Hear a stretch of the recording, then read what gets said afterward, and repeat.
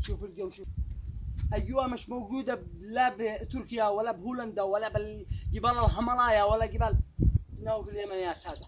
شوفوا على أجواء، شوفوا على أجواء ضخمة. هذا الجو مش موجود لا في الدول الغرب ولا دول العالم، جميع أنواع الدول وجميع الدويلات، بس الجو هذا غير موجود. وهذه الجبال غير موجودة في أنحاء العالم. هذه اليمن يا سادة. صور صور صور على، شوف الأجواء غير عادية. وبالرغم ان معنا تلفون مشي حالك يعني ما يصور يجيب لكم اللقطة الحقيقية. يعني اليمن غير أي منطقة في العالم. لا تقول لي ولا أقول لك ولا تقول إني أمدح بلادي. خلاص بس يلا النهاية. بعد ايدك بعد ايدك. هذا هو ركن المهني قطف قات ولا. شوفوا الجو أمطاره. قسما بالله إن في أجواء لا موجودة في أي دولة. كل يوم احنا أمطار ومراوح وهذا هو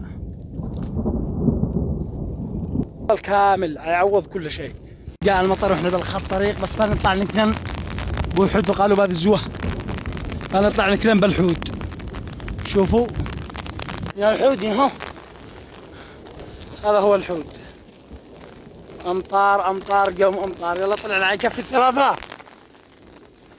اطلع اطلع.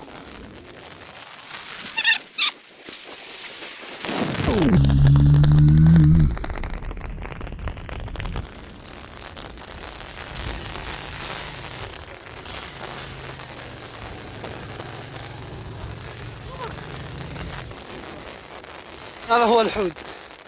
ندخل نكمل لنا ساعة داخله. وهذه الصحافي. ادخل دخل.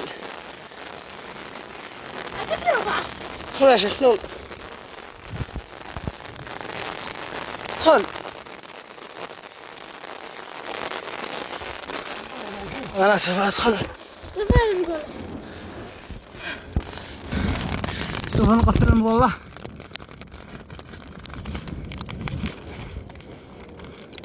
ما تتقفلش. هذا التصوير من داخل الحوت.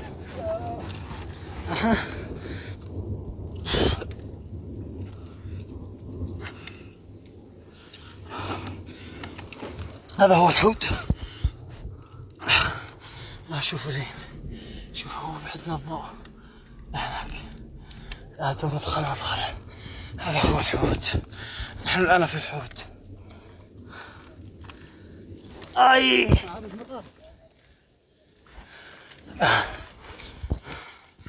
وهذا هو الصحافي. أمطار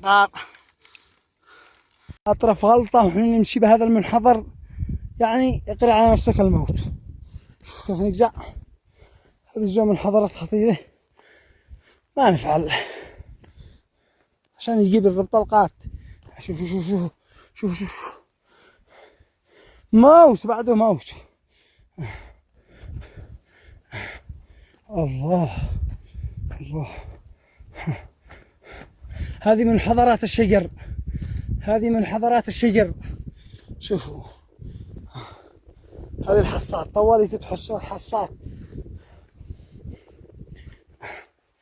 انتبه.